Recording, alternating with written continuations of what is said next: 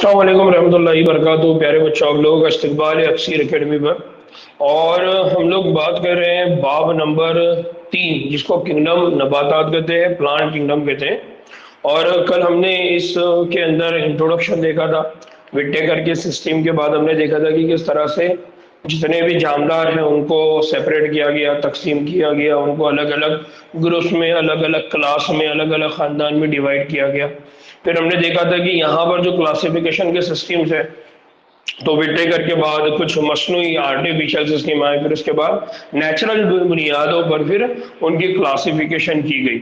और उसमें हमने पढ़ा था कि जो नेचुरल सिस्टम है उसके अंदर दो बड़े नाम थे, एक जॉर्ज बेंथम और जोसेफ डाल्टन। फिर उसके बाद हमने कहा कि जो मौजूदा क्लासिफिकेशन का सिस्टम है उसमें मेनली फाइलोजेनेटिक क्लासिफिकेशन को यूज किया जाता है, जो इर्तिखा के उसूल पर है, इर्तिखाई रिश्तों की बुनियाद पर है।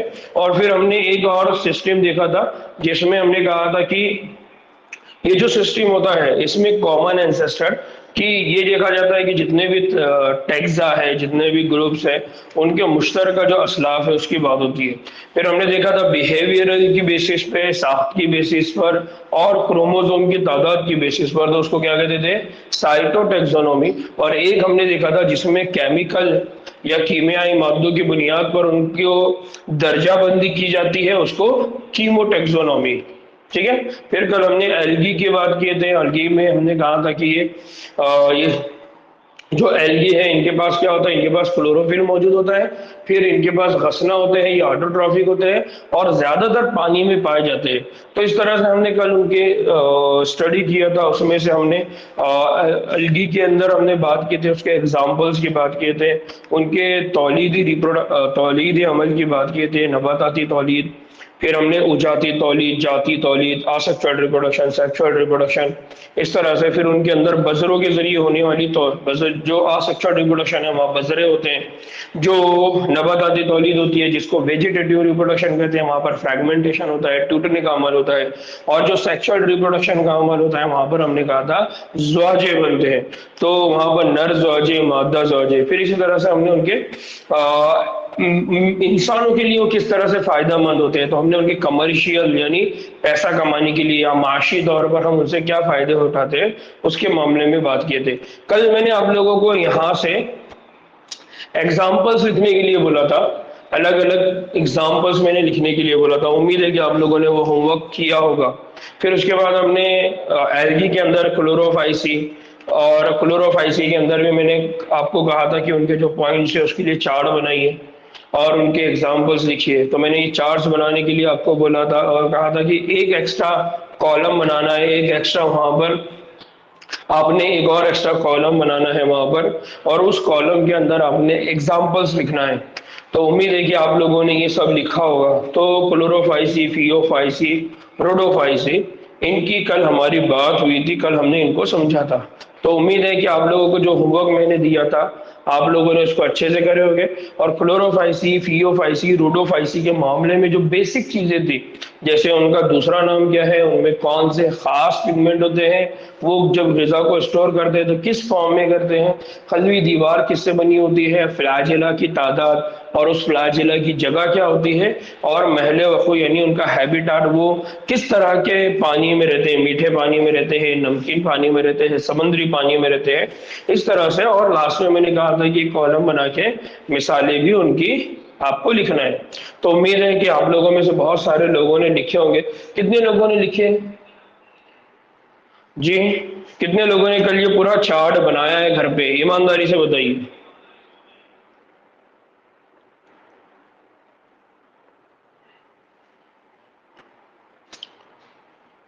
एक दो, क्यों नहीं बनाए अलीजा बेटा? अच्छा, नोट्स बनाए हैं, ठीक ठीक।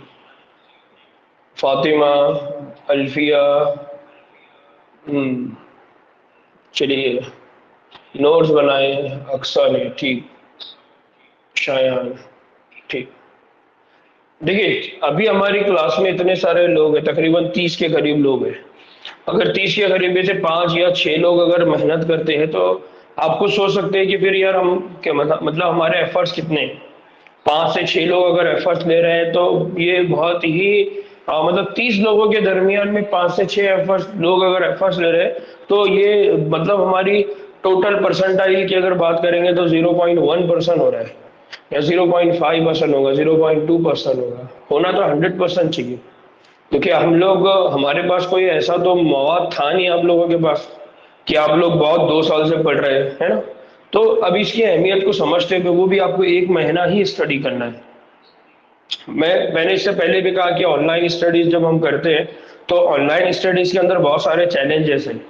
वीडियो देखते बैठना है, नोट्स देखते बैठना है, टाइम उसमें लेंदी होता है, कुछ बातें क्लियर होती है, कुछ नहीं होती है, लेकिन फिर भी चूंकि हमारे लिए बहुत बड़ी नेमत है आज, तो हमने इसका इस्तेमाल करना है। और जो लोग अल्लाह ताला की नेमतों का इस्तेमाल करते हैं तो अल्लाह ताला उनको और आगे बढ़ाते हैं, लेकिन जो नेमतों का इस्तेमाल नहीं करते फिर अल्लाह ताला उनकी कदर नहीं करें।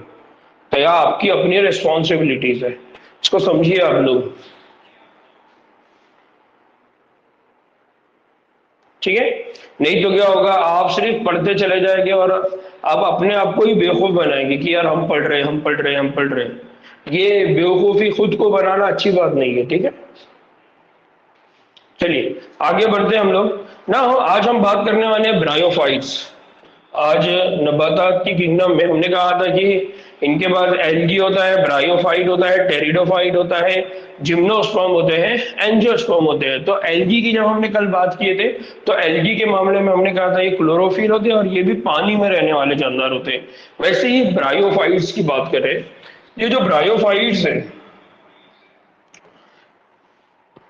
तो ब्रायोफाइट्स में जो दूसरी एग्जाम्पल आती है उनमें से एक है मॉसेस।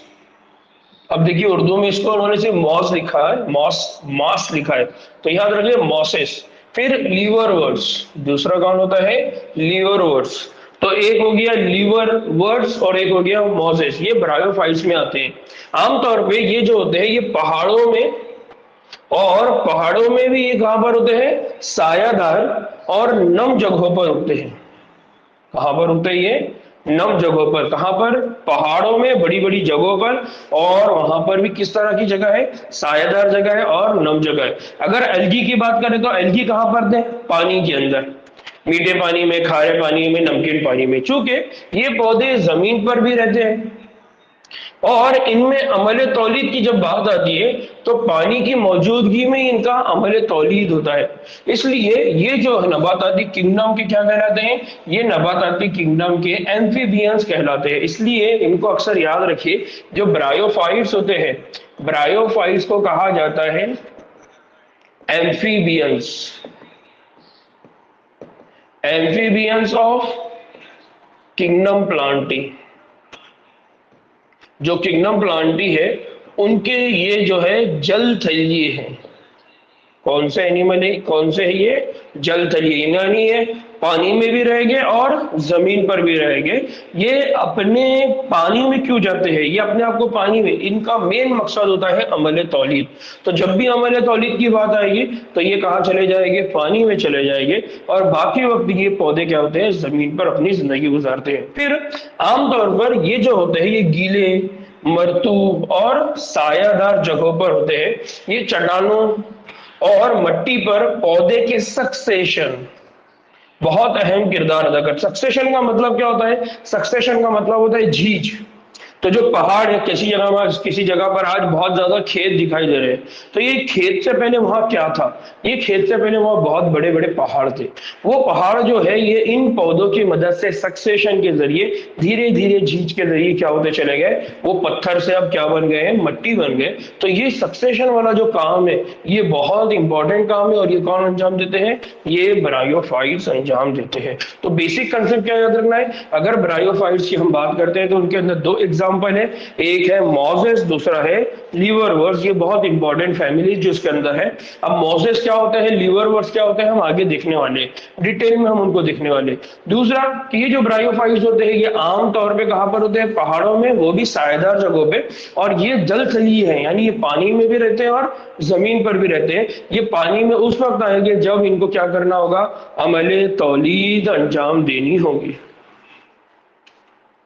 ना अगर ब्रायोफाइट, जैसा हमने कल भी कहा था कि इनकी जो शुरुआत है, यानी एल्गी की भी बात करो और इसी तरह से ब्रायोफाइट्स की बात करो, तो इनके पास भी गसने होते हैं, थैलॉइड स्ट्रक्चर होते हैं, सैक लाइक स्ट्रक्चर, छोटी छोटी थैलियों की तरह स्ट्रक्चर होते हैं। तो ब्रायोफाइट्स के गसने यानी थैलॉइड, ब्रायोफाइट्स के जो गसने हैं जिसको थैलॉइड यानी सैक लाइक स्ट्रक्चर है, तो अल्गी के कंपैरिजन में अगर बात करें, अलगी के मुकाबले में अगर बात करें, तो वो ज्यादा मुतफर्रिक होते हैं, ज्यादा डिफरेंशिएटेड होते हैं, ज्यादा फर्क उनके अंदर होता है, ज्यादा वो डाइवर्सिफाइड होते हैं। या तो जमीन पर लेटे हुए होते हैं, या फिर ये कैसे होते हैं, जमीन पर खड़े होते हैं, यानी या तो ये जमीन के ऊपर रहेंगे, जमीन की सतह के साथ चिपके हुए होंगे, या तो फिर ये खड़े खड़े रहेंगे, जब इनकी इस तरह से ग्रोथ होती है। फिर ये यककलवी या कसीर कलवी हदिये यानी राइजोइड सबस्ट्रेटम, यहाँ पे देखिए वर्ड क्या है, हदबे, यानी कि किसकी बात हो रही है, राइजोइड, यानी सबस्ट्रेटम से जुड़े हुए होते हैं। किससे जुड़े हुए होते हैं, सबस्ट्रेटम से। एक ऐसी जगह होगी जहां पर सारा न्यूट्रिएंट अवेलेबल होगा, ग़िज़ा जमा होगी छोटे छोटे नोड्यूल के फॉर्म में, गांठ के फॉर्म में। तो ये यककलवी या कसीर कलवी राइजोइड से यानी सबस्ट्रेटम से क्या होते हैं, हमेशा जुड़े होते हैं।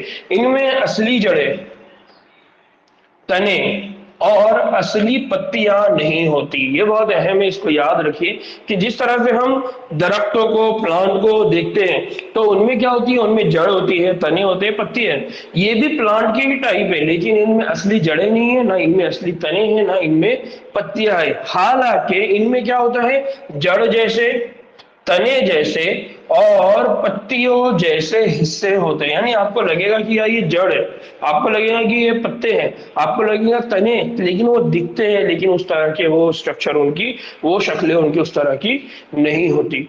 फिर ब्रायोफाइट्स की अगर बात करें, तो ब्रायोफाइट्स में एक खास बात क्या है, ब्रायोफाइट्स का जो असल जिस्म है वो होता है हैप्लॉइड। इनका जो असल जिस्म है वो कैसा होता है, हैप्लॉइड। हैप्लॉइड का मतलब क्या होता है, हैप्लॉइड का जो मतलब होता है, उसका मीनिंग ये होता है कि कोई भी खलिया हो, कोई भी सेल हो, उसके पास जो सेट ऑफ क्रोमोसोम है, सेट ऑफ क्रोमोसोम है, वो कितना होता है, 1। उसको रिप्रेजेंट किया जाता है बाय एन। उसको कैसे रिप्रेजेंट करते हैं, स्मॉल एन। तो इनके पास ब्रायोफाइट्स के बाद जो असल जिस्म होता है उसमें क्या होता है, हैप्लॉइड कंडीशन होती है, वो एन कंडीशन होती है, यानी सेट ऑफ क्रोमोसोम कितने होते हैं, एक। जैसा हमारे बॉडी के अंदर सेट ऑफ क्रोमोसोम की अगर बात करते हैं, तो हम कहते हैं कि हमारे बॉडी में जो सेट ऑफ क्रोमोसोम है वो 2n कंडीशन है। हमारे बॉडी की जो कंडीशन है वो डायप्लॉइड है। डायप्लॉइड का मतलब क्या है, 2 सेट है। कितने सेट होते हैं, 2 सेट ऑफ क्रोमोसोम होते हैं। तो इनकी बॉडी के अंदर जो सेट ऑफ क्रोमोसोम है, यानी कितने नंबर के क्रोमोसोम होंगे, कितने डीएनए की कॉपी होंगी, उसकी बात यहाँ पर चली है। तो इनके पास एक ही सेट होता है। अब ये डीएनए की कॉपी, ये हैप्लॉइड कंडीशन, डिप्लॉइड कंडीशन, तो वो लोग जिनको ये बातें नहीं मालूम पहले से, अब उनको ये लफ्ज नया नया लग रहा है, तो वो थोड़ा सा सब्र करें। हम आगे चल के डीएनए, आरएनए, क्रोमोसोम, ये सारी बातें वहां करेंगे, उस वक्त इंशाल्लाह आपको ये बात क्लियर होगी। और इसी चैप्टर के बाद हम दूसरा जो चैप्टर है वो सेल डिवीजन, सेल साइकिल पढ़ने वाले, तो उस वक्त भी कुछ बातें आपके जहन में क्या होगी, क्लियर होगी। तो अभी सिर्फ इतनी बात याद रखिए कि ब्रायोफाइट का जो पूरा जिस्म होता है उसमें क्या होता है, हैप्लॉइड कंडीशन होती है। उसके हैप्लॉइड का मतलब क्या होता है, सेट ऑफ क्रोमोसोम कितने होते हैं, सिर्फ एक होते हैं। फिर ये क्या करते हैं, ये ज़्वाजे बनाते हैं। कल भी हमने कहा था ज़्वाजे का मतलब क्या होता है, ज़्वाजे का मतलब होता है तौलीदी खलिए। ज़्वाजे का मतलब क्या होता है, तौलीदी खलिए। तौलीदी खलिए अगर हम कहते हैं तो आमतौर पे हम जो तौलीदी खलिए की बात करते हैं उसमें एक होता है जिसको हम कहते हैं अंडा, और दूसरा जो होता है उसको हम कहते हैं नुत्फा, है ना। हम आमतौर पे जिसकी बात करते हैं तो एक होता है जिसको हम कहते हैं एग सेल, और दूसरा जो होता है हम उसको कहते हैं स्पर्म सेल। ठीक है, तो जब ज़्वाजे हम कहते हैं तो ज़्वाजे का मतलब क्या होता है, तौलीदी खलिया, रिप्रोडक्टिव सेल। तो ये क्या बनाते हैं, ज़्वाजे बनाते हैं। इसलिए इनको कहा जाता है गैमेटोफाइट। क्या कहा जाता है इनको, गैमेटोफाइट। फाइट। ये बहुत इंपॉर्टेंट है, इसको याद रखिए। अगर आपको याद होगा तो जब हम बायोलॉजिकल क्लासिफिकेशन पढ़ रहे थे उस वक्त हमने पढ़ा था कि जो नबातात होते हैं तो नबातात के अंदर दो तरह की लाइफ साइकिल होती है, एक गैमेटोफाइटिक और एक स्पोरोफिटिक। याद आ रहा है? हमने पढ़ा था एक कंडीशन कौन सी होती है, स्पोरोफाइट वाली, और दूसरी वाली जो होती है वो कौन सी होती है, गैमेटोफाइट वाली। तो यहाँ पर ये बात हो रही है कि इनका जो जिस्म है हैप्लॉइड है, फिर वो जो ज़ौजे बनाते हैं वो ज़ौजे बनाने का जो अमल है उसको क्या कहा जाता है, गैमेटोफाइट। ठीक, बात समझ में आई? किसी को कोई डाउट है यहाँ पर?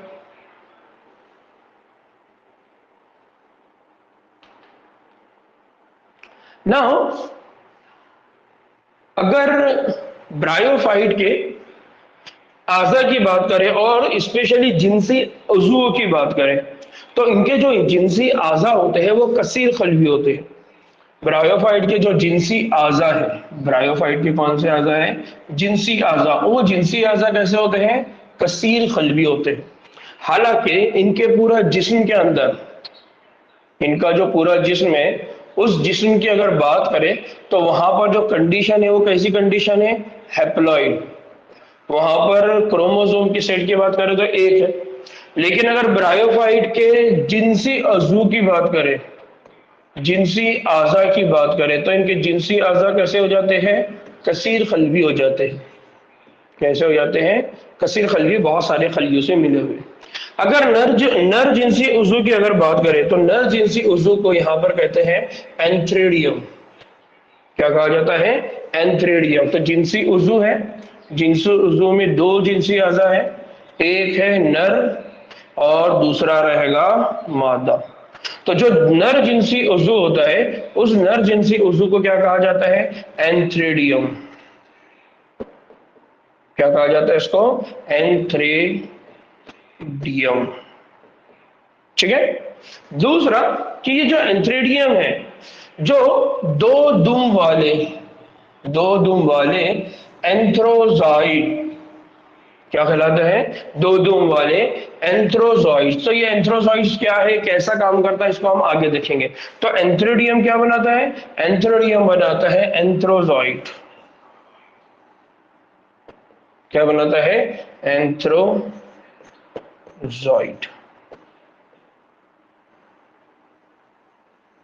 एंथ्रेडियम क्या बनाता है, एंथ्रोजॉइड। और मादा जिनसी उज़ू की अगर बात करें तो उसके अंदर क्या होता है, मादा जो जिनसी उज़ू होता है उसको क्या कहा जाता है, आर्कीगोनियम। क्या बोला जाता है इसको, आर्कीगोनियम। क्या बोला जाता है इसको,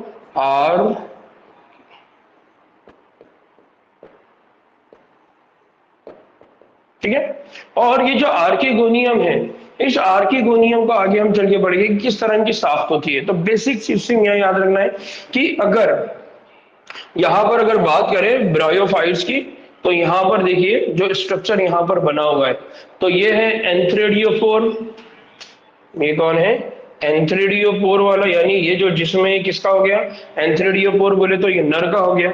और अगर आर्कीगोनियम की बात करें तो आर्कीगोनियम क्या बनाता है, आर्कीगोनियम बनाता है आर्कीगोनियो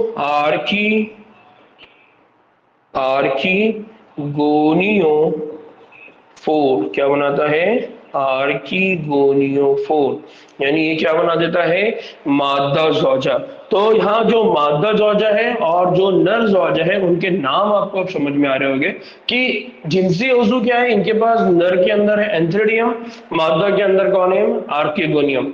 एंथ्रेडियम से क्या बनता है, एंथ्रोजॉइड।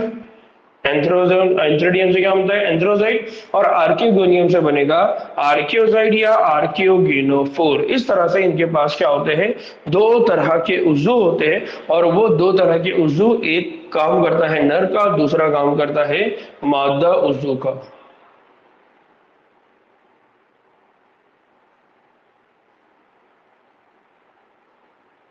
ठीक ना। अब अगर आर्कीगोनियम की अगर बात करें तो इसकी जो साख्त होती है वो कैसी होती है, सुराही नुमा। इसकी जो साख्त होती है कैसी होती है, सुराही नुमा। और इसमें सिर्फ एक बैजा होता है, बैजे का मतलब कौन होता है? एक अंडा होता है, एक बैजा होता है, एक एग सेल होता है। फिर एंथ्रोजॉइड, एंथ्रोजॉइड का मतलब कौन हो गया? नर वाला। एंथ्रोजॉइड पानी में आने के बाद आर्कियोगोनियम से इत्तेसाल करता है। किससे इत्तेसाल करता है? आर्किगोनियम। आर्किगोनियम मतलब कौन हो गया? मादा वाला, उससे। और बैजे से मिलकर क्या करता है? बैजे से मिलकर क्या बना देता है? जाइगोट बना देता है। तो यहाँ पर एक बेसिक कंसेप्ट जिसको आपको समझना है। सबसे पहली बात हमने क्या कहा? हमने कहा कि यहाँ पर क्या है? यहाँ पर मेल और फीमेल यानी नर और मादा दोनों भी उज़्व है। नर और मादा उज़्व में हमने क्या कहा? पहली तो बात हमने कहा कि जो एंथ्रीडियम है उससे क्या बनता है? एंथ्रोजाइट। दूसरा आर्किगोनियम है, उससे क्या बनता है? बैजा। वो एक बैजा बनाता है यानी एक अंडा बनाता है, जिसको हमने कहा आर्कियोगोनोफोर। फिर हमने कहा कि जो एंथ्रोजॉइड है यानी जो नर जिनसी उज़्व से बनने वाला जो ज़्वाजा है, नर ज़्वाजा जिसको हम एंथ्रोजॉइड कह रहे हैं, वो पानी में आएगा। पानी में आने के बाद वो कहा जाएगा? आर्किगोनियम के पास जाएगा। और आर्किगोनियम में कौन है? बैजा। उससे मिलने के बाद वहां पर क्या बन जाएगा? जाइगोट। वहां पर क्या बनेगा?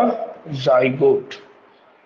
ठीक है ना? ये जो जाइगोट है ये फौरन ही तख्फीफी तकसीम नहीं करता, यानी उसके अंदर जल्द से जल्द बहुत जल्दी तख्फीफी तकसीम स्टार्ट नहीं होती, बल्कि ये एक कसीर खलवी जिस्म बनाता है। वो सबसे पहले क्या करेगा? एक कसीर खलवी जिस्म बनाएगा, और जिसे कहा जाता है स्पोरोफाइट। उस खलवी जिस्म को क्या कहा जाता है? स्पोरोफाइट। आमतौर पे क्या होता है? जब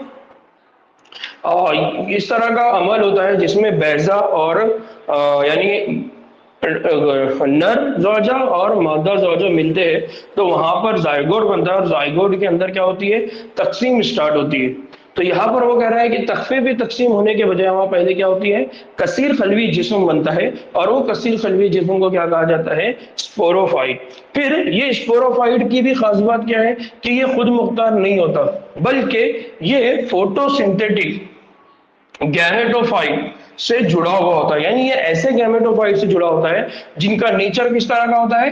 फोटोसिंथेटिक, यानी वो फोटो सिंथेसिस के अमल पे मुनहसिर होते हैं। इससे वो क्या करते हैं? ग़िज़ा हासिल करते हैं, यानी अपनी ग्रोथ के लिए, अपनी नमू के लिए वो सूरज की रोशनी से अपनी ग़िज़ा क्या करते हैं? हासिल करते हैं। फिर स्पोरोफाइट के कुछ खलिए तख्फीफी तकसीम करके, यानी कौन सी तकसीम करके? मियोसिस करके हैप्लॉइड बजरे बनाते हैं। ये बजरे फूट कर आगे चल के क्या बनाएंगे? गैमेटोफाइट। आगे चल के वो क्या बनाएंगे? गैमेटोफाइट। तो ये जो पूरा स्ट्रक्चर है, ये जो पूरी बातें हैं, इनको सिंपल अगर समझना है तो दो बातें समझ लीजिए कि एक नर है, दूसरा मादा है। नर के पास जो जिनसी अज़ू है उसको कहा जाता है एंथ्रीडियम। मादा के पास जो जिनसी अज़ू है उसको कहा जाता है आर्किगोनियम। एंथ्रीडियम से क्या बनेगा? नर ज़ौजा। आर्किगोनियम से क्या बनेगा? मादा ज़ौजा।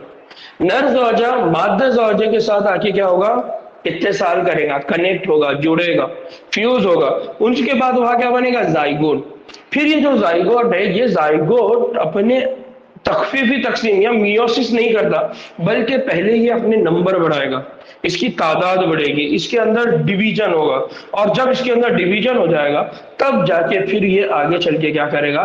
स्पोर्स बनाएगा। और स्पोरोफाइट जो बनेंगे वो स्पोरोफाइट भी क्या रहेंगे? वो स्पोरोफाइट की भी खास बात ये रहेगी कि वो फोटोसिंथेटिक गायमेटोफाइट रहेंगे, यानी वो अपने अंदर क्या अंजाम देंगे? फोटोसिंथेसिस का अमल, ताकि वो अपनी ग़िज़ा खुद बनाए। और इस तरह से फिर आगे चल के जब वो अपनी ग़िज़ा खुद बना लेंगे तो फिर वहां स्टार्ट होगी तख्फीफी तकसीम, वहां पर स्टार्ट होगा मियोसिस, वहां पर हैप्लॉइड बजरे बनते हैं। इस कंडीशन में उनको कहा जाता है गैमेटोफाइट। ठीक है? तो यहाँ पर बेसिक कंसेप्ट, जो बहुत बेसिक कंसेप्ट है, जिसको समझना बहुत आसान है, थोड़ा सा अगर आपने सोचा तो समझ में आए। तख्फीफी तकसीम का मतलब होता है मियोसिस, रिडक्शनल डिवीजन। जैसा हमने ना तख्फीफ करना, कम करना, थोड़ा थोड़ा कम करना, उसको कहा जाता है तख्फीफ ना। हो इसमें एक और चीज देख लीजिए कि यहाँ पर देखिए ये कंडीशन है जिसको कहा जाता है स्पोरोफाइट, यानी इसकी जो बात हो रही है। दूसरी जो कंडीशन है यहाँ देखिए उसको कहा जा रहा है गैमेटोफाइट। इसका मतलब क्या है? गैमेटोफाइट का मतलब ये है कि जब ये ब्रायोफाइट की ग्रोथ होती है, इनकी नमू होती है, तो पहले ये कौन सी कंडीशन में होते हैं? गैमेटोफाइट।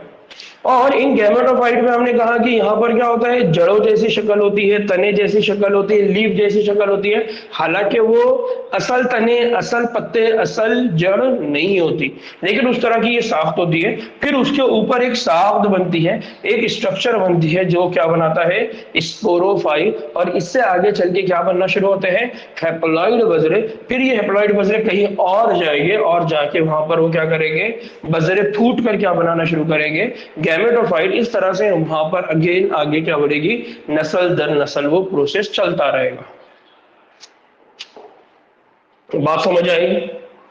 थोड़ा सा कॉम्प्लिकेटेड है, लेकिन रीड करेंगे, समझेंगे, डायग्राम बनाएंगे, ट्री डायग्राम बनाएंगे तो इंशाल्लाह समझ में आएगा। ठीक है, ये जितनी भी लाइंस है इनको ट्री डायग्राम बनी है, नर कौन है, मादा कौन है, नर से कौन हो रहा है, मादा से क्या प्रोड्यूस हो रहा है, वो दोनों मिले तो क्या नाम बन रहा है, फिर उनके बीच में तखफीफी तकसीम कब हो रही है, कब नहीं हो रही है, इस तरह से स्पोरोफाइट कब आ रहा है, गैमेटोफाइट कब आ रहा है। तो इस तरह से अगर आप स्टडी करेंगे तो इंशाल्लाह आपको बहुत जल्दी बातें समझ आएगी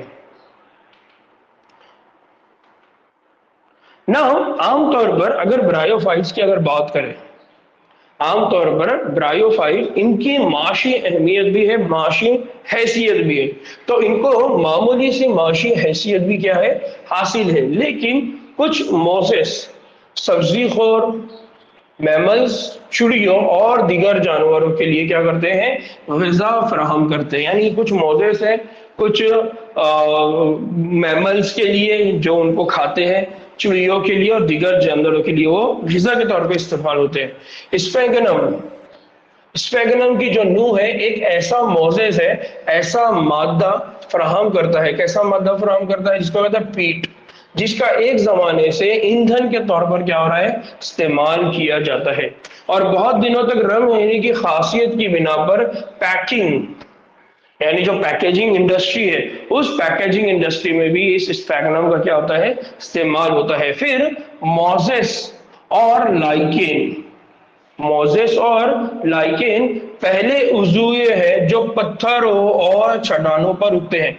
यानी जब भी कहीं पर सक्सेशन होने वाला है, झीज होने वाली है, कई बड़े बड़े पत्थर है वो टूटने वाले हैं, तो सबसे पहले उस पत्थरों के ऊपर कौन आएंगे, उन पत्थरों के ऊपर आएंगे मोजेस, उन पत्थरों के ऊपर आएंगे लाइकेन, और पत्थरों पर चट्टानों पर उगते हैं, लिहाजा इनकी इकोलॉजिकल अहमियत, कौन सी वाली अहमियत, इकोलॉजिकल अहमियत क्या है, बहुत ज्यादा है।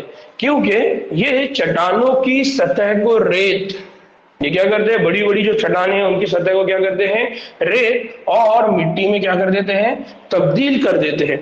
इससे क्या होगा, जो बड़े पौधे हैं उन बड़े पौधों की अफजाइश के लिए क्या होती है, राह हमवार हो जाती है।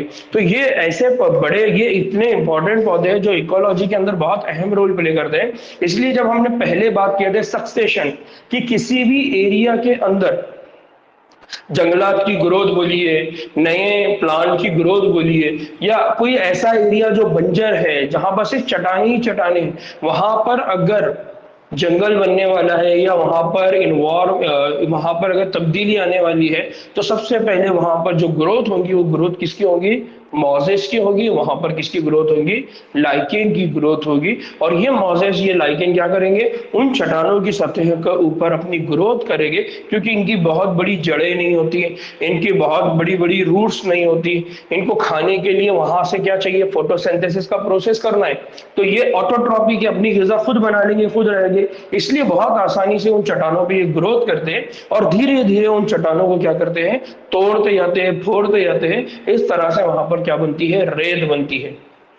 चूंकि इस जमीन पर एक कसीर कालीन की शक्ल में उगते हैं। और क्या होता है, बड़े बड़े पहाड़ों पर अगर आपने देखा होगा तो आपको इस तरह की पूरी बहुत बड़ी बड़ी खालीनों की तरह दिखने वाली घासें होती है। वो बेसिकली वो जो घास, जिसको हम घास बोलते हैं, अगर हम थोड़ा गौर से अगर उनको देखेंगे तो वहां पर आपको देखने को मिलेगा कि वो मोजेस है और कौन है, लाइकेन्स है, जो नम जगह पे, सायादार जगह पे बहुत बड़ी तादाद में क्या होते हैं, ग्रो हो जाते हैं। इसलिए जमीन की जो मिट्टी है, जमीन की मिट्टी को तेज रफ्तार बारिश की धार से रोकते हैं। यानी क्या होता है, जमीन पर जब पानी आता है तो इनकी वजह से वो पानी की स्पीड क्या होती है, स्लो हो जाती है। नतीजे में वहां पर मिट्टी क्या होती है, ठहरी रहती है। अगर ये नहीं रहेंगे तो फिर क्या होगा, पानी के साथ साथ मिट्टी भी क्या हो जाएगी, बह जाएगी। ब्रायोफाइट्स को दो हिस्सों में, एक लीवरवर्ट्स और मोजेस में क्या किया गया है, तकसीम किया जाता है। या देखिए मैंने ये एक फोटो ऐड किया था ताकि आपको ये बात समझ में आए कि किस तरह इनकी ग्रोथ बड़ी बड़ी पहाड़ों की चट्टानों पर होती है और किस तरह से वो पानी का जो फ्लो होता है उसके जरिए जो मिट्टी बहने वाली होती है उसको रोकते हैं, और किस तरह से इनकी काश्त, इनको मार्केट में बेचा जाता है या इनको ग्रोथ की जाती है ताकि इनको खाने के लिए बोलिए या घरों में गार्डन के तौर पे इस्तेमाल करने के लिए किया जाता है।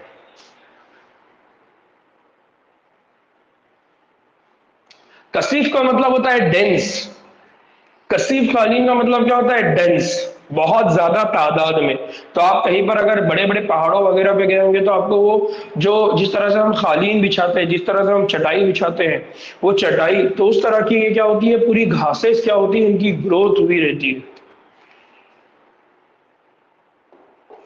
ठीक है ना। हो इसमें सबसे पहले हम बात कर रहे हैं वो है लीवरवर्ट्स। कौन है, लीवरवर्ट्स। देखिए लीवरवर्ट्स है जो ब्रायोफाइट की सबसे पहली एग्जांपल है। अभी लीवरवर्ट्स के अंदर किस तरह से ग्रोथ होती है और ये कहां पर ग्रोथ करता है। तो लीवरवर्ट्स जो होते हैं ज्यादातर नम और सायादार जगहों जैसे आबशारों के किनारे, झाड़ियों वाले मैदान, नम मिट्टी, दरख्तों की छालों और जंगलों में उगते हैं। यानी हम ये कह सकते हैं कि ये उन जगहों पे ज्यादातर इनकी ग्रोथ होती है या जो नम होंगे और जो सायादार होंगे, मतलब जहां पर सूरज की रोशनी कम होती है या जहां पर इनको सूरज की रोशनी से थोड़ा सा कम खतरा रहेगा, इस तरह की जगहों पे लीवरवर्ट्स, ब्रायोफाइट्स की ग्रोथ ज्यादा होती है। फिर इनका जो जिस्म होता है ये तख्ती नुमा होता है, यानी चपटा होता है। आप देख सकते हैं कि किस तरह से चपटे हैं। ठीक है। फिर इनकी जो एग्जाम्पल है वो है मार्किनशिया। इनकी एग्जाम्पल कौन है, मार्किनशिया। ये मार्किनशिया स्पेशीज है, ये उनकी क्या है, एग्जाम्पल है। इनके जो गसना है वो डॉर्सी वेंट्रल होते हैं। कैसे होते हैं, डॉर्सी और वेंट्रल। आपको याद होगा डॉर्सी वेंट्रल का मतलब क्या होता है, डॉर्सी वेंट्रल का मतलब क्या होता है, पीछे और आगे, है ना। पीछे और आगे हमने बात किए थे। डॉर्सी वेंट्रल एक होता है जिसको हम कहते हैं लेटरल, एक होता है वेंट्रल और एक होता है डॉर्सल। तो ये डॉर्सी वेंट्रल होता है और जमीन से मजबूती से क्या होता है, जुड़ा हुआ होता है। पत्तियों वाले जो लीवरवर्ट्स होते हैं उनमें तने जैसी चीजें, उनमें तने जैसी चीजें पर दो कतारों में पत्ती जैसे उभार होते हैं। यानी यहां पर एक और बात याद रखना है, अगर पत्तियों वाले लीवरवर्ट्स की बात करें यानी इनके, तो इनके पास क्या होते हैं, तने जैसे, और उन तने जैसों पर दो कतारों में क्या होते हैं, पत्ती जैसे क्या होते हैं, उभार मौजूद होते हैं। फिर लीवरवर्ट्स की अगर बात करें तो इनमें जो तौलीद की अमल है, तो लीवरवर्ट्स में जो अजाती तौलीद है वो घसने के, टूटने और बिखरने से होती है। यानी फ्रैगमेंटेशन के जरिए यहाँ पर क्या होती है, अजाती तौलीद यानी आसेक्सुअल रिप्रोडक्शन।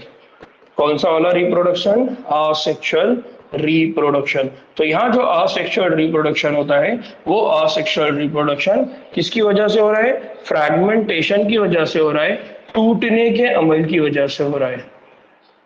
छोटे छोटे टुकड़ों में जहां पर भी एक टुकड़ा बनेगा वो क्या होगा, प्लांट का वो टुकड़ा उस जमीन पे गिरेगा और वहां से फिर एक नया प्लांट, एक नया ब्रायोफाइट्स की एक ग्रोथ होगी। और ये एक खास तरह के अज़ू के बनने से होती है जिसे कहा जाता है गैमी। क्या कहा जाता है इसको, गैमी। तो इनके पास क्या होता है, एक स्पेशल उज़ू बनता है जिसको कहा जाता है गैमी। तो आप देख सकते हैं यहाँ पर मैंने ऐड किया हुआ है, यहाँ पर गैमी का स्ट्रक्चर कैसा है। फॉर एग्जांपल यहाँ पर ये जो स्ट्रक्चर है जिसको हमने पहले ही कहा एंथ्रिडियोपोर राइजोफाइट, जो जड़ें छोटी छोटी नीचे से। अब ये देखिए ये है गैमी, गैमी कप। ये गैमी कप जब जमीन पे गिर जाएगा, ठीक है, ये गैमी कप के गिरने के बाद फिर यहां से क्या बनेगा, यहां पर एक कंप्लीट थैलस बनेगा, कंप्लीट नया पौधा बनेगा और उससे फिर नए नए क्या बनना शुरू हो गए, लीवरवर्ट्स। तो यहाँ पर भी देखिए मैंने डायग्राम यहाँ पर ऐड किया है कि ये जो गैमी है ये गैमी जमीन पर गिर गया, उसके छोटे छोटे टुकड़े हो गए, अब उससे कंप्लीट लीवरवर्ट्स आगे क्या होगा, बनेगा। ठीक है। तो ये जो गैमी होते हैं, गैमी असल में सब्ज रंग के कसीर खलवी उजाती कलियां होती है। जिस तरह से हमारे पास छोटी छोटी कलियां होती है, छोटी छोटी प्याली नुमा स्ट्रक्चर होती है, साख्त होती है, उस तरह की ये प्याली नुमा साख्त होती है जो जमीन पर जब गिर जाती है तो फिर वहां से उसको जैसी इन्वायरमेंट मिलेगा, फेवरेबल इन्वायरमेंट, उसको पानी मिलेगा, हवा मिलेगा, सूरज की रोशनी मिलेगी, तो वो फिर अपनी वहां क्या करना शुरू करेगा, ग्रोथ करना शुरू करेगा और एक नया पौधा बना देगा, जो एक प्याले नुमा जिस्म में घसने के तौर पर या घसने की ऊपरी सतह पर क्या करता है, उगना शुरू करता है। इन प्यालों को क्या कहा जाता है, गैमी कब्ज कहते हैं। गैमी टूट कर बिखर जाते हैं और उगकर नए पौधों को क्या करते हैं, जन्म देते हैं। तो जो बात मैंने आपको ये डायग्राम में बताया था वही ये बातें यहाँ 3 लाइनों में उन्होंने बताई। तो बेसिक कंसेप्ट क्या याद रखना है, जो लीवर वर्ड्स है उनके अंदर कौन सी तौलीद हो रही है, उजाती तौलीद हो रही है, और वो भी घसने के टूटने की वजह से हो रही है। जब घसना टूट के गिरता है तो उसके स्ट्रक्चर को क्या कहा जाता है, गैमी। और यही गैमी कब आगे चल के क्या होता है, छोटे छोटे फ्रैगमेंट्स में टूटता है, छोटे छोटे टुकड़ों में बिखर जाता है, और उससे फिर क्या होता है, नए पौधे जन्म लेते हैं, नए पौधे बनते हैं। जी ऐसा ही क्या है अलीजा, गैमी इक्वल्स टू सीड्स। बहुत अच्छे। गैमी का जो गैमी है, ये गैमी इस तरह से रोल प्ले कर रहे हैं जैसे ये जब हम बीज डालते हैं और उस बीज से क्या बनेगा, नया पौधा।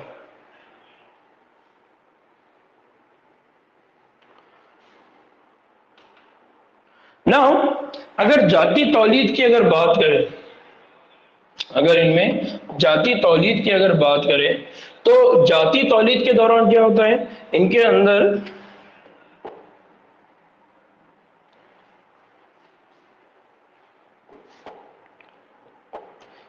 जब जाति तौलीद की बात करें तो जाति तौलीद के दौरान क्या बनेगा, ज़ौजा बनेंगे।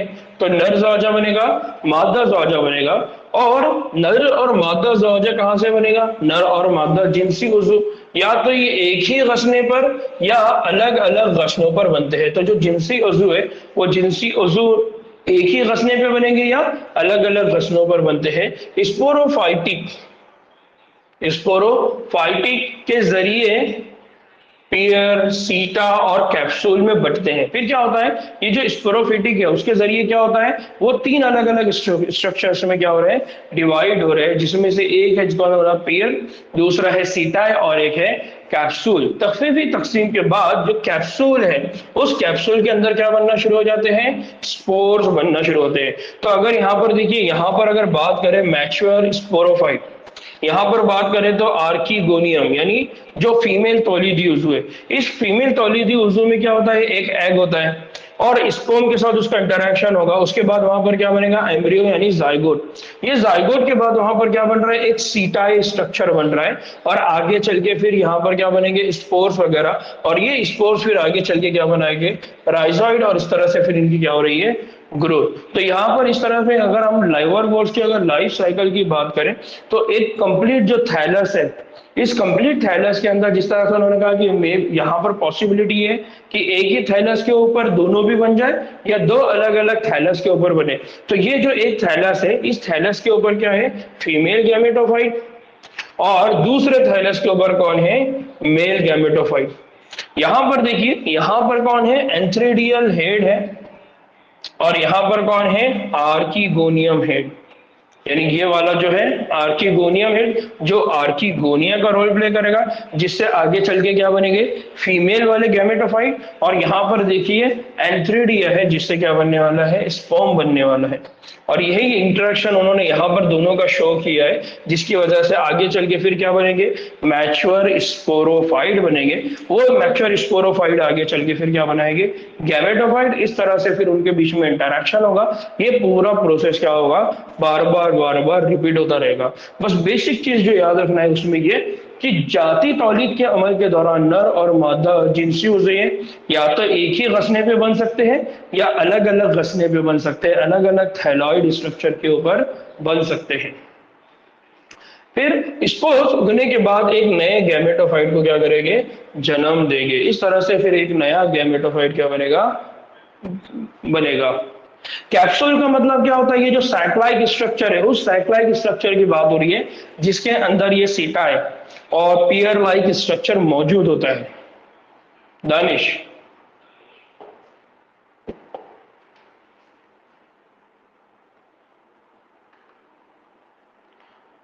नाउ दूसरा है मोसेस, दूसरा है मोसेस। अगर मोसेस की लाइफ साइकिल की अगर बात करें,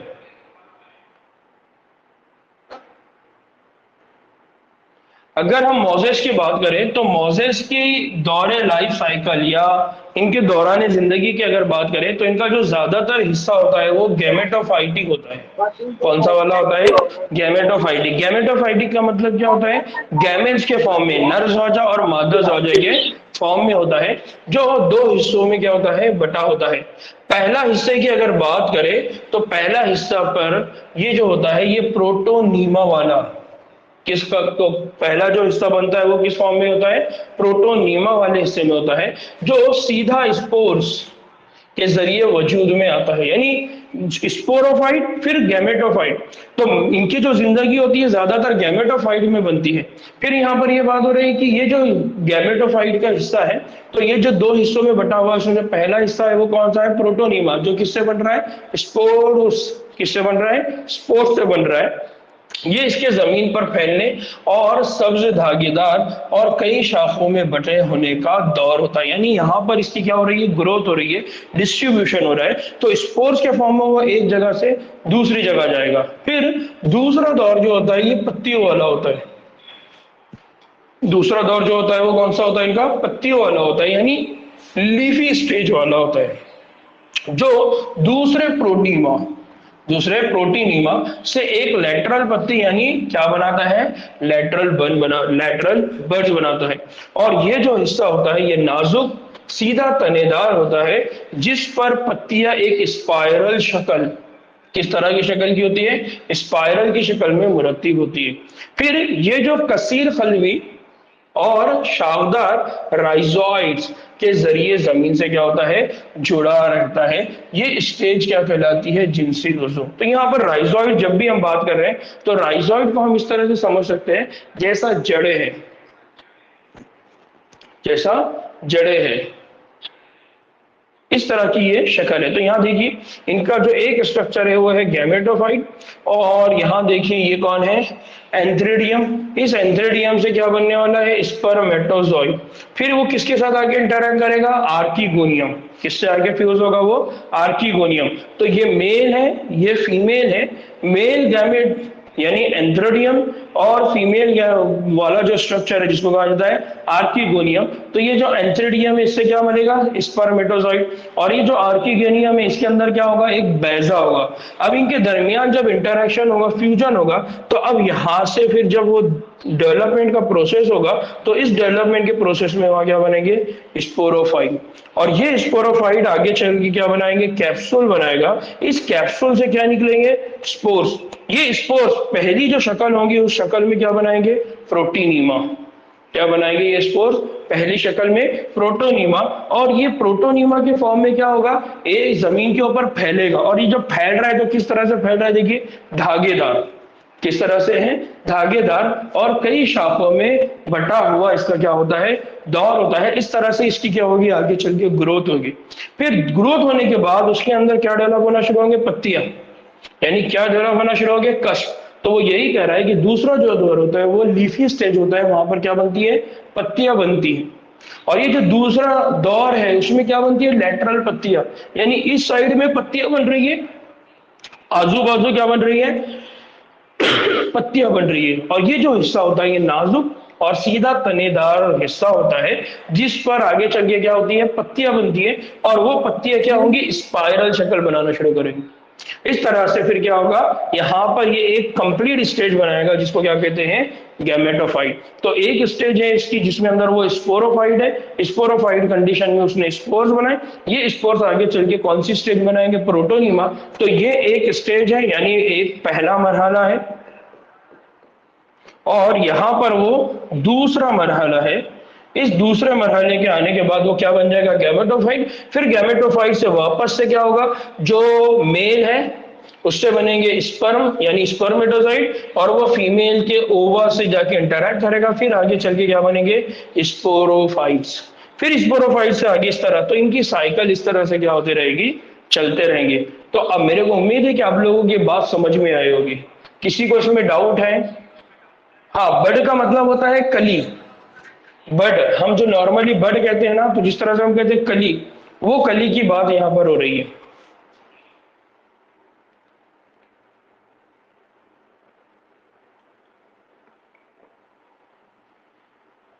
कोई डाउट है बच्चों? ठीक है, तो इसको थोड़ा सा एक मतलब रीड करिए। और इस स्टेज को, मेरी अपनी पर्सनल राय ये है कि अगर आप इसको सिर्फ रीड करेंगे तो उससे काम नहीं चलेगा। आपको घर में बैठ के ये पूरी डायग्राम को इसी तरह से बनाना है। आपने लिखना है गैमेटोफाइट, गैमेटोफाइट में एक जगह लिखना है एंथ्रेडियम, एक जगह लिखना है आर्किगोनियम। एंथ्रेडियम में क्या बन रहा है? स्पोरो, या स्पोरो, स्पर्मेटोजोइड, स्पर्म बन रहा है। फिर स्पर्म से आर्किगोनियम में क्या बन रहा है? ओवा, बैजा, उनका इंटरेक्शन हुआ, उनके इंटरेक्शन के बाद क्या बना? स्पोरोफाइट। स्पोरोफाइट से क्या बने? स्पोर, वो स्पोर से आगे चल के क्या हो रहा है? तो इस तरह से आपने कंप्लीट डायग्राम जब बनाए तो आपको ये बातें बहुत आसानी से याद रहेगी। अदरवाइज अगर आप इसको हाथ से एक मर्तबा लिखकर नहीं गुजारते हैं तो आप इसको न्यूज़पेपर की तरह कितना भी लर्न कर लीजिए, वो चीज आपको याद होने वाली नहीं है। इसलिए आपने इसको लिखना है, एक मर्तबा उसको ड्राइंग अच्छे से बनाना है। मैं आपको बोल रहा हूं कि ये फिगर्स मत बनाइए, आप सिर्फ ये वर्ड्स लिखते जाइए। यहां पर जितने भी वर्ड्स बनाए हैं उनको लिखते जाना है, ठीक है? नाउ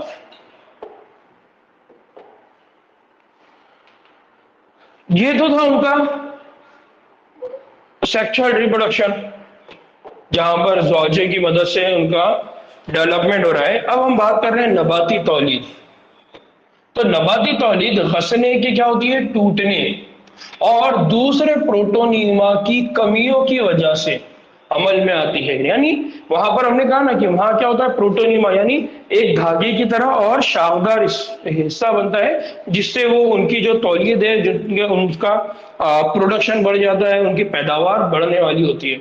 जाती तौलीद के दौरान, जाती तौलीद के दौरान पत्तीदार कुंपल की नोक में जिनसी एंथ्रेडिया और आर्किगोनिया बनते हैं। कौन से वाली एरिया में बताया था उन्होंने? पत्तीदार। तो यहां पर देखिए उन्होंने बताया कि ये मेल है, ये फीमेल है, और इस मेल और फीमेल के अंदर क्या है? आर्किगोनिया है, और यहाँ कौन है? एंथ्रेडिया है। ठीक है, मिलाप के बाद जाइगोट स्पोरोफाइट में तब्दील हो जाता है। याद आ रहा है? हमने अभी अभी देखा कि जब इनका दोनों का मिलाप होता है तो जाइगोट बनेगा, और वो जाइगोट आगे चल के क्या बना देगा? स्पोरोफाइट। फिर वो जो स्पोरोफाइट है उसके अंदर क्या होगा? पियर, सीटा और कैप्सूल। पियर, सीटा और कैप्सूल, ये तीन स्ट्रक्चर वहां पर मौजूद हो गए।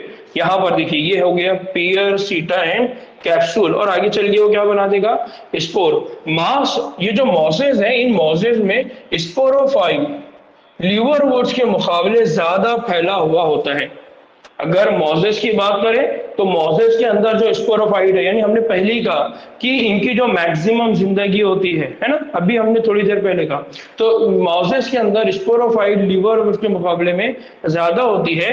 और कैप्सूल ये स्पोर्स पर मुश्तमिल होती है। यानी ये जो कैप्सूल है, इस कैप्सूल में मेनली कौन है? इसमें है स्पोर्स। यानी एक थैली की तरह जो स्ट्रक्चर आपको दिखाई दे रहा है, कैप्सूल की तरह एक स्ट्रक्चर दिखाई दे रहा है, उसमें मेनली कौन है? स्पोर्स है। कैप्सूल में तकफीफी तकसीम, अब ये जो कैप्सूल वाला एरिया उसमें क्या होगा? तकफीफी तकसीम होगी, मियोसिस होगा, और उस मियोसिस के बाद वहां पर क्या बनेंगे? स्पोर्स। वहां पर क्या बनेंगे? स्पोर्स। ठीक है, और ये मोजेस में क्या करते हैं? मोजेस में ये बजरे यानी जो स्पोर्स है, बिखरने का खास क्या होता है?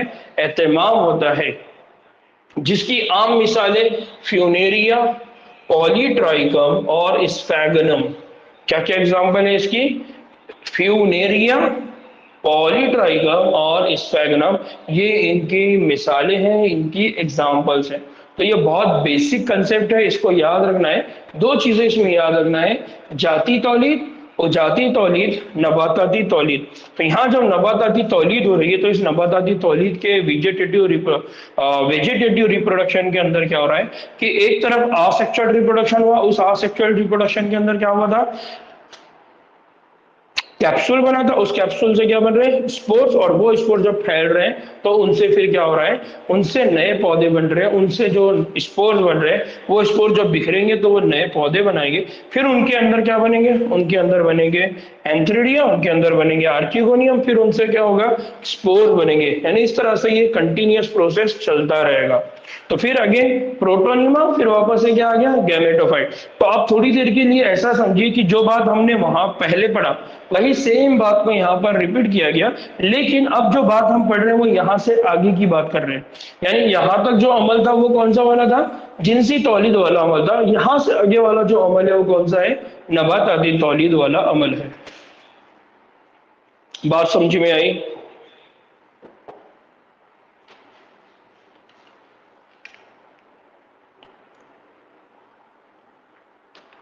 ठीक है, तो अभी तक जो हम बात कर रहे थे, हमने पहले बात किया एल्गी की, फिर हमने बात किया ब्रायोफाइट की, अब हम बात करने वाले हैं टेरिडोफाइट की। तो आप देखिए कि किस तरह से नबातात के अंदर तब्दीली आ रही है। नबातात की जो टैक्सा है, नबातात के जो फाइलम्स है, नबातात के जो ग्रुप्स है, उनके अंदर देखिए आप, पहले एल्गी पानी में रहते थे, फिर उनके बाद ब्रायोफाइट है जो पानी और जमीन पे रहते थे। अब बात चलने वाली है टेरिडोफाइट की चलने वाली है। ठीक है ना, और ये जो टेरिडोफाइट्स होते हैं, इनको टेरिडोफाइट क्यों कहते हैं, बेसिक वजह क्या है, हम इसको आगे समझेंगे। पहली बात ये समझ लीजिए कि जो टेरिफाइट्स होते हैं उसमें क्या होता है, हॉर्सटेल और फर्न। कौन कौन शामिल है उसमें, हॉर्सटेल, और उसमें क्या शामिल है, फर्स। टेरिडोफाइट का जो इस्तेमाल है वो अद्वियात में और जमीन की मजबूती रहने में होता है। दो तरह से इनका इस्तेमाल होता है, एक मेडिसिनल पर्पस है, दूसरा जो जमीन है उसको, उसके अंदर कोई चीज ना हो, खिंचाव ना हो, उसके लिए। ये अक्सर बागबानी के लिए भी उगाए जाते हैं, किसी बागवानी पर्पस के लिए भी क्या होते हैं, गार्डन वगैरह बनाना है तो उस दौरान में भी। फिर कानून इर्तिखा, यानी इवोल्यूशन पॉइंट ऑफ व्यू के बाद अगर बात करें के मुताबिक ये बर्री पौधों का पहला ग्रोह है। बर्री पौधे मतलब टेरेस्टेरियल। जैसा मैंने पहले ही कहा, जब मैं हम लोगों ने अभी टेरिडोफाइट जब स्टार्ट किया तो मैंने पहले कहा कि एल्गी पानी में रहने वाले, ब्रायोफाइट्स पानी और जमीन पे रहने वाले। अब ये ऐसे एनिमल है जो सिर्फ कहां पर है, बर्री है, यानी टेरेस्टेरियल है, यानी जमीन पर रहने वाले। तो ये पहला ग्रुप है प्लांट्स का जो स्पेशली कहां पर रहता है, जमीन पर रहता है। तो आपको ये बात मालूम होना चाहिए कि जमीन पर रहने वाले जो पहले जानदार है वो सारे कौन है, वो प्लांट में से कौन है, टेरिडोफाइट से, जो जमीन पर आया।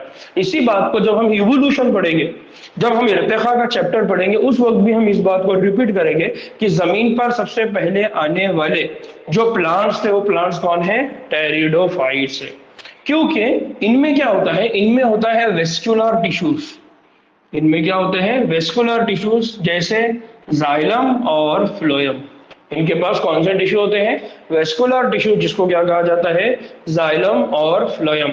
अब ये जो जाइलम और फ्लोएम है तो इसके मामले में हम तफसील से बाब नंबर 6 में पढ़ेंगे कि किस तरह से जाइलम, किस तरह से फ्लोएम इनके जिस्म में काम करते हैं, जाइलम कौन से सेल से बनी है, फ्लोएम कौन से सेल से बनी है। तो पूरा एनाटॉमी हम देखने वाले।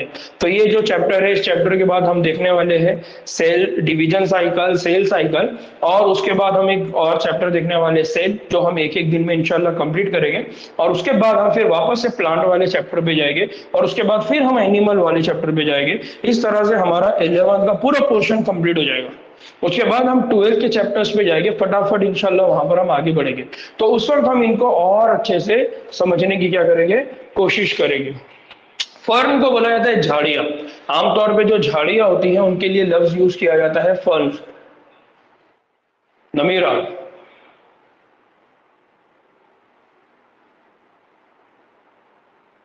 ठीक, नाउ टेरिडोफाइट जो होते हैं ये ठंडी के लिए सायेदार और नम जगहों पर पाए जाते हैं, जबकि कुछ रेतीली जमीन पर भी क्या होती है, इनकी नमो हमको देखने को मिलती है। ठीक है, तो अगर टेरिडोफाइट्स की अगर बात करें तो इस तरह से उनका पूरा शेप है, स्ट्रक्चर है, जिसको हम आगे और डिटेल में देखने वाले हैं। ना एक बात जो पहले भी हमने ब्रायोफाइट्स में पढ़े थे, तो ब्रायोफाइट्स के केस में हमने क्या पढ़ा था, जो ब्रायोफाइट्स हैं उनके दौरे हयात में जौजी नस्ल कैसी होती है, नुमाया और खुद परवर होती है। जौजी नस्ल यानी हमने पढ़ा ना वहां पर कि जो गैमेटोफाइट है ना, जो गैमेट्स है वो गैमेट्स मतलब वहां पर वो ज़ौजे एक दूसरे के साथ इत्तेसाली फ्यूज हो जाते हैं, फ्यूज होने के बाद वो सूरज की रोशनी में खुद अपनी ग़िज़ा बनाएंगे और उसके बाद फिर उनके अंदर तकफीफी तकसीम होगी। तो ये बात हमने वहां, तो वो ज़ौजी नस्ल कैसी होती है, नुमाया और खुद परवर होती है। लेकिन टेरिडोफाइट्स की बात अगर करें तो टेरिडोफाइट की केस में क्या है, टेरिडोफाइट की केस में ये है कि ये नुमाया नस्ल बजरी पौधा होता है। ये कौन सा होता है, बजरी पौधा यानी स्पोरोफिट। ये कैसे होते हैं, स्पोरोफिटिक, यानी ये कैसे डिपेंड होते हैं, बजरों पर ये अपने डिपेंड होते हैं। फिर जिसकी तफरीक तने और पत्ते पर मुश्तमिल है, यानी इनकी जो तफरीक है, इनका जो डिवीजन है, इनकी ग्रोथ जो है, ये किस पर मुश्तमिल है, पत्तों पर मुश्तमिल है और किस पर मुश्तमिल है, तना। फिर इनमें जो आज़ा है, आज़ा में मुनज़्ज़म रगों का, यानी कौन सा सिस्टम है, वेस्कुलर सिस्टम, जिसको अभी हमने जाइलम और फ्लोएम की फॉर्म में पढ़ा कि जो जाइलम है वो पानी पहुंचाएगा, जो फ्लोएम है वो ग़िज़ा पहुंचाएगा। ठीक है। टेरिडोफाइट में दो किस्म के पत्ते होते हैं। इनके पास कितने किस्म के होते हैं, दो किस्म के पत्ते होते हैं। एक को कहा जाता है कोचक बर्गी या माइक्रोफाइल्स। क्या कहा जाता है इनको, कोचक बर्गी या माइक्रोफाइल, जैसे स्लैंजिला, जिसे क्या कहा जाए, स्लैंजिला, या बड़े कलाबर्ग, या कैसे होते हैं, बड़े कलाबर्ग, या मैक्रोफाइल, जैसे फर्न में, जैसे किसमें होते हैं, फर्न में। तो आप देख रहे हैं कि यहाँ पर क्या है, कोचिक बर्गी जिसको कहा जाता है माइक्रोफिल, यानी चिक बर्गी माइक्रोफिलस, और दूसरा है क्लाब बर्गी यानी बड़े बड़े। तो कुछ छोटे और कुछ क्या होते हैं, बड़े, जो माइक्रोफिल्स और दूसरे कौन है, मैक्रोफिल्स। तो आप देख सकते हैं ये दो डायग्राम के अंदर जो पत्तों की शक्ल है, पत्तों की शक्ल को आप देख सकते हैं। यहाँ पर कुछ पत्ते जो बड़े हैं और कुछ पत्तों के जो साइज है उसमें छोटे छोटे हैं। तो एक जगह माइक्रो, माइक्रो स्मॉल, दूसरा क्या है, मैक्रो। तो माइक्रोफिलस और मैक्रोफिल्स, क्या है, माइक्रोफिल्स और मैक्रोफिल्स। इस तरह इनके अंदर दो तरह के पत्तों की शक्लें होती है। तो अलग अलग प्लांट्स में इनमें अलग अलग शक्लें रहेगी। फिर ये जो बजरी पौधे हैं, इनमें क्या होता है, जो बजरी पौधे हैं, बजरी पौधों पर स्पोरेंजियम, बजरी पौधों पर क्या होता है, स्पोरेंजियम, यानी ये जो बजरी पौधे हैं, बजरे से यानी स्पोर से ग्रो है, तो इनमें क्या ग्रो होता है, स्पोरेंजियम होता है। इसके ठीक नीचे एक छोटा सा पत्ता होता है जिसे स्पोरोफिल, क्या कहा जाता है, इसको स्पोरोफिल कहा जाता है। इसको मैंने डायग्राम में ऐड किया क्या, ठीक है चलिए। फिर कुछ किस्मों में ये स्पोरोफिल बहुत ज्यादा करीब करीब मिलकर एक और उज़ु बनाते हैं जिन्हें कहा जाता है स्ट्रॉबिली, या उसको क्या कहा जाता है, कोन्स। क्या कहा जाता है उसको, स्ट्रॉबिली, या उसको क्या कहा जाता है, कोन। ये दिख रहा है, स्ट्रोबिलस, या उसको क्या कहा जाता है, कोन कहा जाता है। तो क्या होता है, ये स्पोरोफिल बहुत सारे जगह पे एक जगह आएंगे और वो क्या बना देंगे, इस तरह का स्ट्रोबिलिस स्ट्रक्चर साफ वहां पर बना देंगे।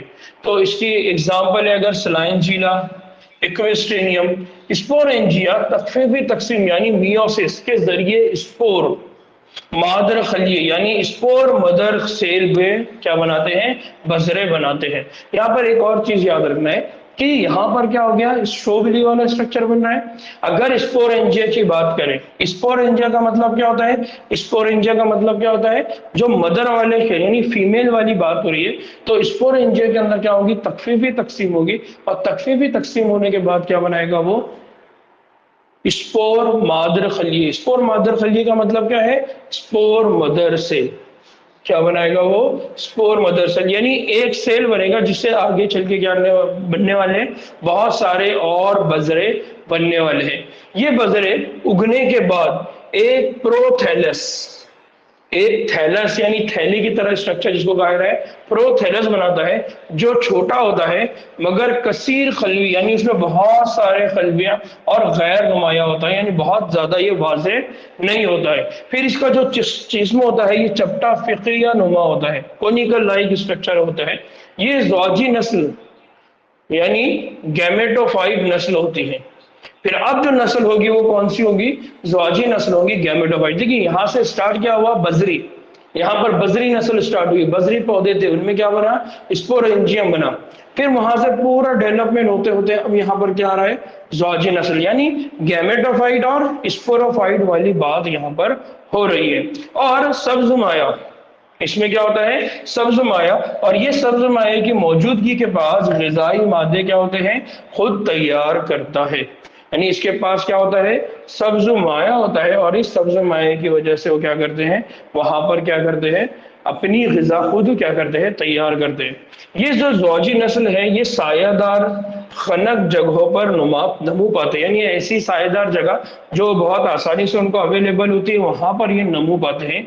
इनकी इस खास जरूरियत की वजह से टेरिडोफाइट्स का फैलाव जोग्राफियाई तौर पर बहुत महदूद होता है, यानी हमको हर जगह टेरिडोफाइट नहीं दिखेंगे, हमको टेरिडोफाइट बहुत कम देखने को मिलेंगे, क्योंकि उनको अपनी ग्रोथ के लिए क्या चाहिए, ऐसी जगह चाहिए जो सायादार हो। ज़ौजी नस्ल के लिए, इनकी अगर ज़ौजी नस्ल की बात करें तो पौधे पर नर और मादा तौलीदी उज़ू नमू पाते हैं। अगर इनके ज़ौजी नस्ल की बात करें, गैमेटोफाइटिक अगर कंडीशन की बात करें, तो पौधे पर क्या होंगे, नर और मादा दोनों भी तौलीदी उज़ू की ग्रोथ होती है।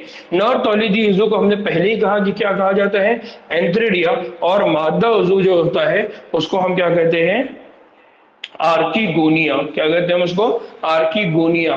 तो हमने पहले ही पढ़ा एंथ्रिडिया, और दूसरा हमने उज़ू पढ़ा जो नर तौलीदी उज़ू है उसको हम कहते हैं एंथ्रिडिया, और जो मादा तौलीदी उज़ू होता है उसको क्या कहा जाता है, आर्कीगोनिया। तो अगर आपने दो बातें अगर बार बार जहन में लेकर आए, एक स्पोरोफिटिक कंडीशन है, दूसरी गैमेटोफिटिक कंडीशन है।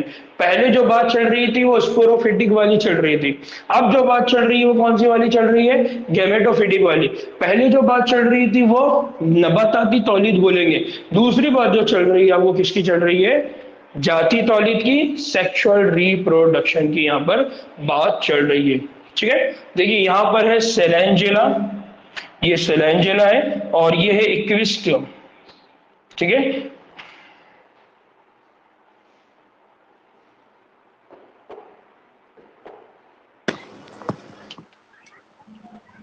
ठीक है। तो हमने यहाँ क्या कहा, हमने कहा कि यहाँ पर जो मादा तौलीदी उज़ू होता है, नर तौलीदी उज़ू का एंथ्रिडिया, और जो मादा तौलीदी उज़ू होता है उसको हम क्या कहते हैं, आर्कीगोनिया। क्या कहते हैं उसको हम, आर्कीगोनिया। नाउ एंथ्रोजॉइड को आर्कीगोनिया में मौजूद बैजे के तक पहुंचने के लिए पानी दरकार होता है। अब बात देखिए कहां पर आ गई, फिर हमने इससे पहले भी वहां पर भी बात की, जब हमने ब्रायोफाइट पढ़े, ब्रायोफाइट में हमने मॉजेस और लिवरवर्ट्स भी पढ़े, वहां पर भी सेम इसी बात को हम बार बार दोहरा रहे थे।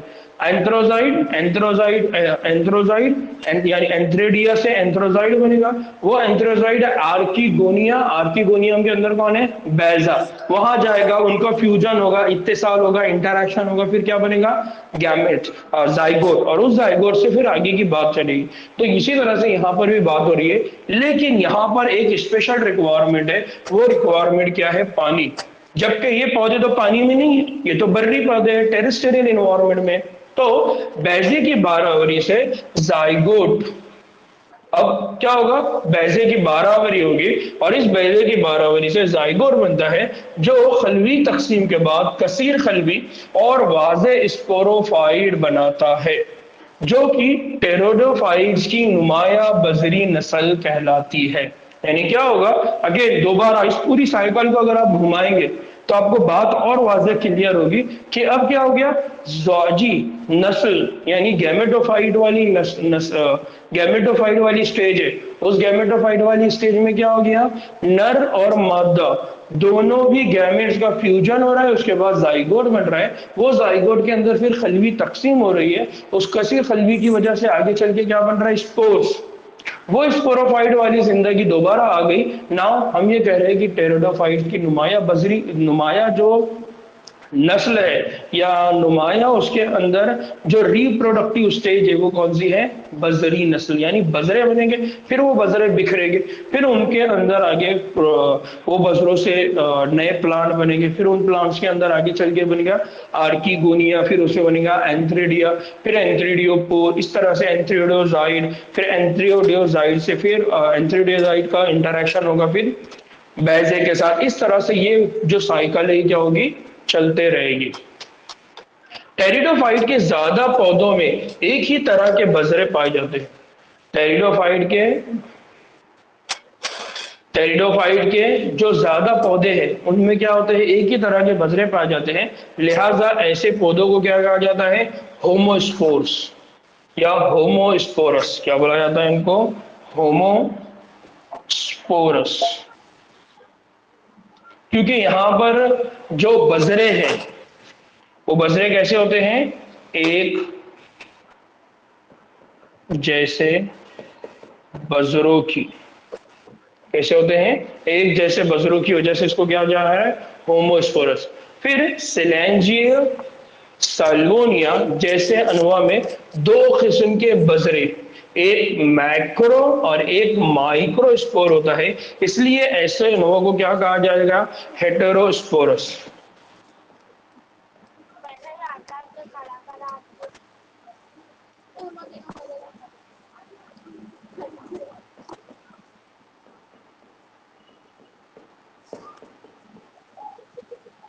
ठीक है, एक जैसे बजरे हैं तो होमोस्पोरस, अलग अलग बजरे तो हेटेरोस्पोरस कहा जाता है।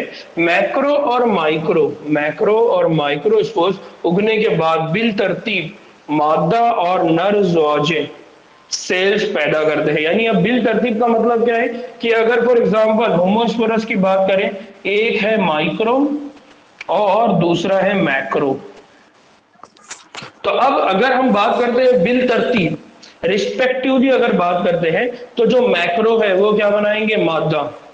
जो मैक्रो है वो क्या बनाएंगे? मादा खलिया। और जो दूसरा माइक्रोस्पोर्स है वो क्या बनाएगा? नर ज़ौजी खलिया। कौन सा ज़ौजी खलिया बनाएगा? नर ज़ौजी खलिया। तो बच्चों इस बात को बहुत अच्छे से याद रखना है कि जब बात होती है, बात किसकी हो रही है? जब बात हो रही है हेटेरोस्पोरस की, तो हेटेरोस्पोरस में दो तरह के ज़ौजे हैं, एक ज़ौजा माइक्रो है, एक ज़ौजा मैक्रो है, एक छोटा है एक बड़ा है। तो माइक्रो जो स्पोर होता है, माइक्रो जो बजरा होता है वो क्या बनाता है? नर ज़ौजा। और जो मैक्रो बजरा होता है वो क्या बनाता है? मादा ज़ौजा। बात समझ में आई?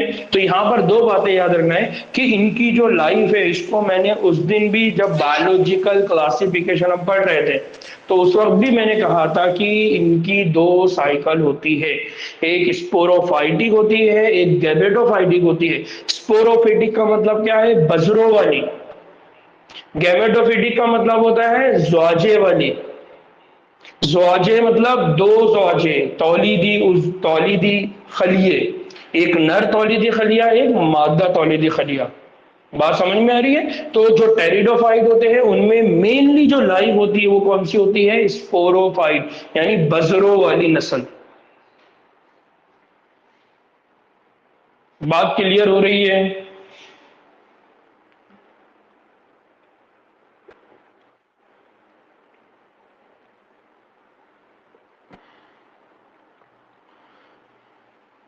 ठीक है, तो ये बात उस वक्त बहुत ज्यादा क्लियर होगी जब आप घर पे इसको और अच्छे से पढ़ेंगे।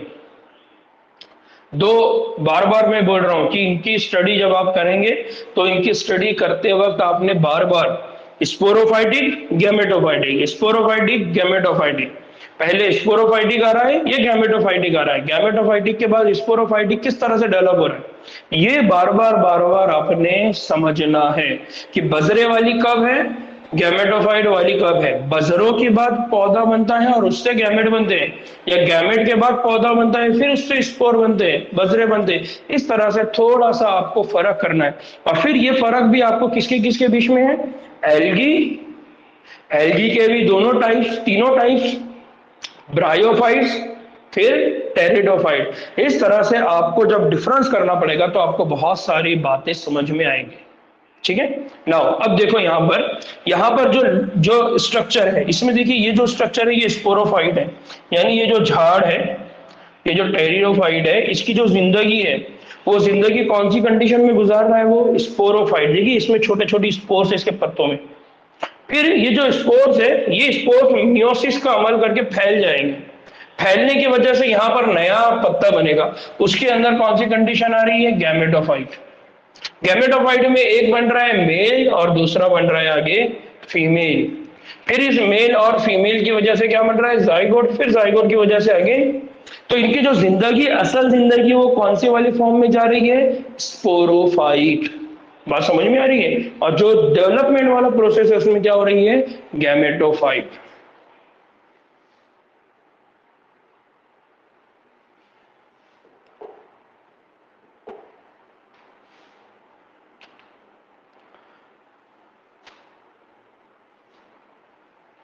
ठीक है। नाउ हमने कहा कि इनके पास जो गैमेटोफाइटिक जो नस्ल होती है, तो वो गैमेटोफाइटिक नस्ल इन पौधों में कुछ अरसे के लिए परखे पौधे पर रहती है। ठीक है।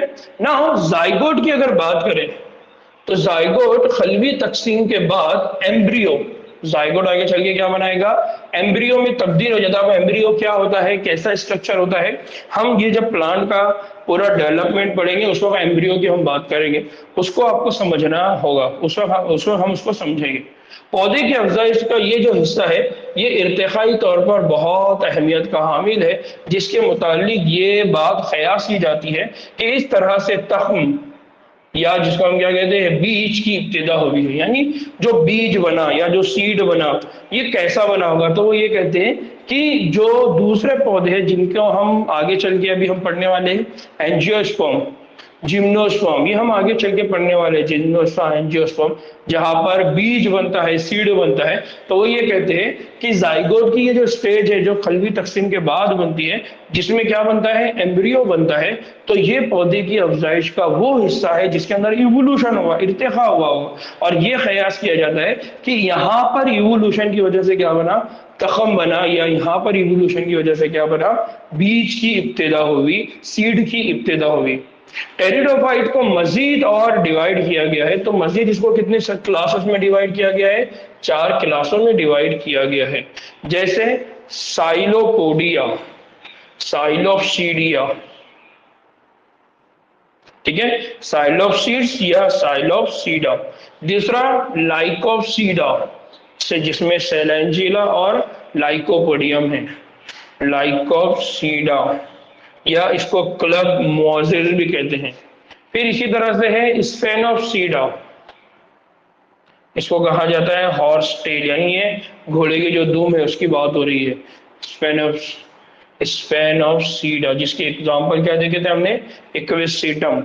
इसी तरह से बात हो रही है टेरोप्सीडा, किसकी बात हो रही है, टेरोप्सीडा, जिसको क्या कहा जाता है, फर्न कहा जाता है, ड्रायोटेरस, टेरस और एडेंटियम। तो ये कुछ नाम है जिसको आपको याद रखना है, सिलोप्सीडा, लाइकोप्सीडा, स्फेनोप्सीडा एंड टेरोप्सीडा। ये टेरोडोफाइट को आगे चल के क्या किया गया है, और भी क्लासेस में डिवाइड किया गया है। तो हम इन क्लासेस को हायर स्टडीज में पढ़ते हैं। यहाँ तक ही हम टेरिडोफाइट्स को पढ़ते हैं, समझते हैं कि किस तरह से टेरिडोफाइट बने, उनकी ग्रोथ किस तरह से हुई, उनके अंदर डाइवर्सिफिकेशन यानी फर्क किस तरह से रनुमा हुआ, फिर उनकी जो तौलीद होती है तो तौलीद किस तरह से होती है, स्पोरोफिटिक फेज कैसा होता है, गैमेटोफिटिक फेज कैसा होता है, स्पोर्स कैसा बनते हैं, गैमेट्स कैसा बनते हैं। इस तरह से यहाँ पर ये पूरी बात हो रही है। और फिर ये बात हो रही है कि जो टेरिडोफाइट है, उन टेरिडोफाइट के अंदर इवोल्यूशन हुआ, इर्तिखा हुआ, उनमें भी चेंज आए, तब्दीली आए, और इस तरह से उनके अंदर भी आगे चल के क्या बने होंगे, बीज बने होंगे, जिसकी वजह से अब जो टेरिडोफाइट है जिन्होंने बीज अपने अंदर बना लिया, उन टेरिडोफाइट का नाम अब टेरिडोफाइट की बजाय क्या बन गया, जिम्नोस्पर्म। उन टेरिडोफाइट का क्या बन गया, अब उनका नाम क्या बन गया, जिम्नोस्पर्म। तो अब हम नई क्लास, जो नया फाइलम जो पढ़ने वाले हैं प्लांट की केस में, वो कौन है, जिम्नोस्पर्म। मियोसिस मतलब एक खलिए से, हाँ सही बात है, सानिया बेटा मियोसिस का मतलब, माइटोसिस का मतलब क्या होता है? इक्वल डिवीजन, ठीक है, बराबर की जो तकसीम होती है। और जो मियोसिस होता है इसको हम कहते हैं तकफीफी तकसीम, जहां पर क्या होता है, एक सेल होता है और उसमें एक सेल से चार बनते हैं। ये तकफीफी तकसीम क्यों कहते हैं? क्योंकि यहाँ पर जो क्रोमोसोम है उसके नंबर क्या हो जाते हैं, रिड्यूस हो जाते हैं, कम कर दिए जाते हैं, इसलिए हम उसको क्या कहते हैं, तकफीफी तकसीम। फर्न, फर्न्स का मतलब होता है झाड़ियां, सभा। जो फर्ज है ना उसको कहा जाता है झाड़ियां। देखो इससे पहले भी वहां पर हमने देखा है, ये जो फर्न्स है ना, फर्न देखिए यहाँ पर सी, ये जो सी है ना ये फर्न, ये बेसिकली हम आमतौर पे इनको क्या कहते हैं, झाड़ियां, ठीक। और कौन है, हाँ चलो नमीरा ने उनका जवाब दे दिए थे, ठीक है। ठीक है ना, अब हम बात करने वाले हैं जिम्नोस्पर्म की, और ये बहुत ज्यादा हमारे पास देखने को मिलते हैं, डाइवर्सिफाइड होते हैं, और इन्हीं से मुतालिक हम बहुत सारी गुफ्तगू करते हैं, या हम इनको समझने की कोशिश करते हैं, क्योंकि अक्सर प्लांट हमारे पास जो होते हैं वो बीज वाले होते हैं, जिम्नोस्पर्म वाले होते हैं। तो बच्चों 2 मिनट का इंटरवल लेते हैं, मैं जरा पानी पीता हूँ।